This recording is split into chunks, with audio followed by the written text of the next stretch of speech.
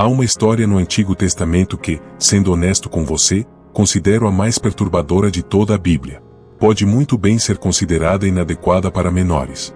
Então, antes de assistir a este vídeo, quero garantir que você saiba que este vídeo não é adequado para todas as idades e pode desencadear algum tipo de trauma do seu passado. A história a que me refiro está nos capítulos 19 a 21 do livro de Juízes.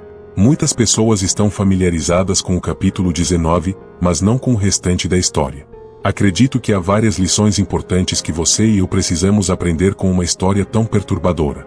Primeiro, contarei a história da maneira mais dramática possível. Em seguida, exploraremos as lições que acredito que podemos aprender. Junte-se a mim em Juízes, capítulo 19, versículo 1. Nos dias em que não havia rei em Israel, um levita que vivia em uma parte remota da região montanhosa de Efraim adquiriu uma mulher de Belém de Judá como sua concubina. Quero que você entenda que aqui está um homem levita que vive na parte norte de Israel e ele adquire essa mulher para ser sua concubina ou esposa, como você quiser chamá-la. Ela está vivendo no sul, em Belém. Vamos continuar a história. Ela foi infiel a ele e o deixou para ir à casa de seu pai em Belém de Judá, onde ficou por alguns meses. Ela o traiu e voltou para a casa de seu pai em Belém. Então, a história continua. Essencialmente, este levita quer recuperar sua esposa, então ele viaja do norte da região montanhosa de Efraim para o sul, em Belém, para procurar essa mulher e estar com ela novamente. Ele chega lá e seu pai é muito hospitaleiro. Várias vezes o homem diz: "Eu tenho que ir, me dê minha esposa para que eu possa voltar para casa." E o pai diz: "Não, fique mais uma noite." Ele diz: "Ok, ficarei mais uma noite." E isso se repete por vários dias até que finalmente o homem diz: "Com todo respeito, aprecio sua hospitalidade, mas preciso ir embora, preciso voltar para casa." Então, finalmente, ele parte para casa e então toda a tragédia ocorre. Enquanto o homem está com sua concubina viajando no sul de Israel, de Belém em direção ao norte, para Efraim, eles estavam perto de Jebus e o dia estava quase acabando. O servo disse ao seu mestre: "Por favor, por que não paramos nesta cidade de Jebus e passamos a noite aqui?" Mas seu mestre respondeu: "Não vamos parar em uma cidade estrangeira onde não há israelitas, vamos continuar até Gibeá." Então, o servo sugeriu: "Vamos tentar chegar a um desses lugares e passar a noite em Gibeá ou Ramá." Eles continuaram sua jornada e o sol se pôs quando se aproximaram de Gibeá, em Benjamim. Eles foram para lá e, para sua surpresa, ninguém estava disposto a recebê-los em suas casas. A hospitalidade era um aspecto significativo da cultura israelita. No final da noite, um velho apareceu na praça e perguntou: "Por que vocês ainda estão aqui?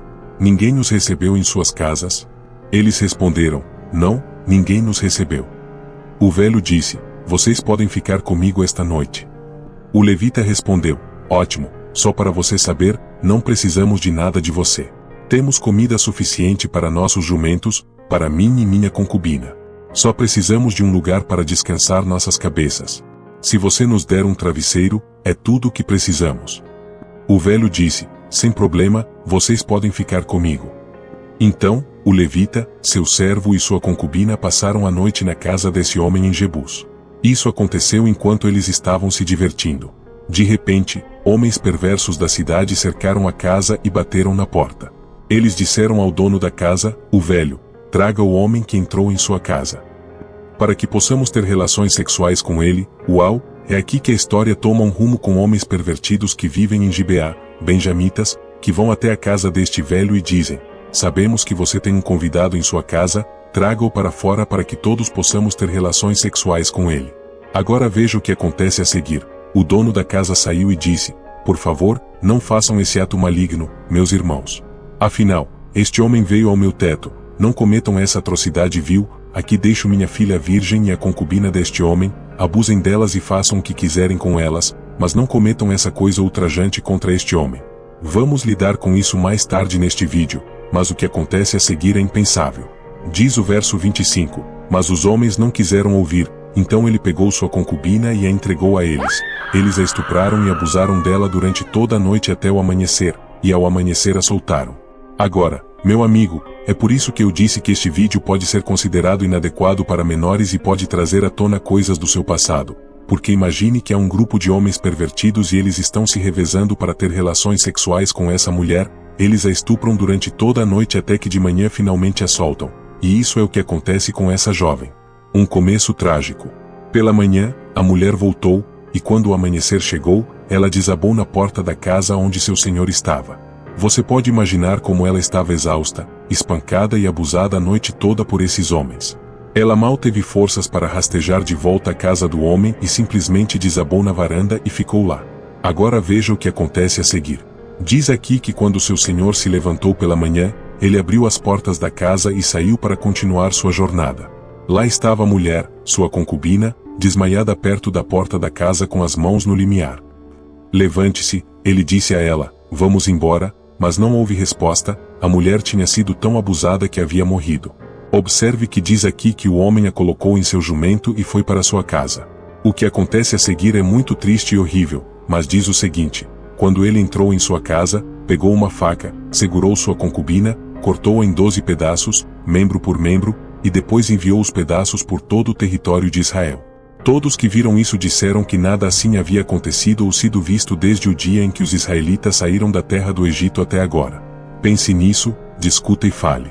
Esse homem levou sua concubina para sua casa, a cortou em pedaços, e sem dúvida, anexou uma carta a cada pedaço de sua concubina falecida e enviou um pedaço diferente do corpo dela às 12 tribos de Israel, com uma carta detalhando exatamente o que havia sido feito pelos próprios irmãos dele, uma das 12 tribos de Israel, a tribo de Benjamim. E quando essas outras tribos viram e leram o que havia acontecido com essa mulher, disseram que nada assim havia acontecido em toda a nossa história. Agora, há muito mais na história nos capítulos 20 e 21, então quero que você espere.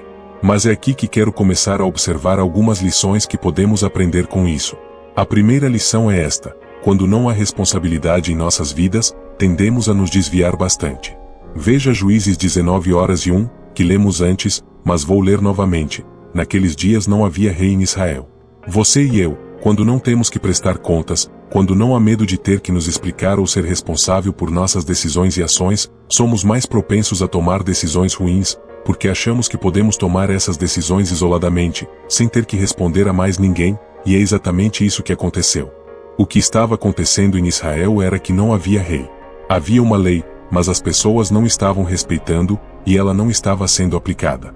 Como resultado, elas acabaram fazendo coisas que provavelmente nunca imaginaram que fariam. A segunda lição que quero destacar é que precisamos garantir que tratemos cada ser humano como portador da imagem de Deus.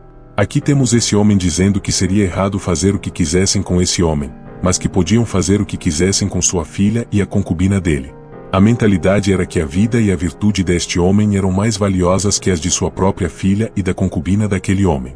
Precisamos garantir, e é por isso que, ao vermos cenas inadequadas, devemos nos certificar de não fazer isso.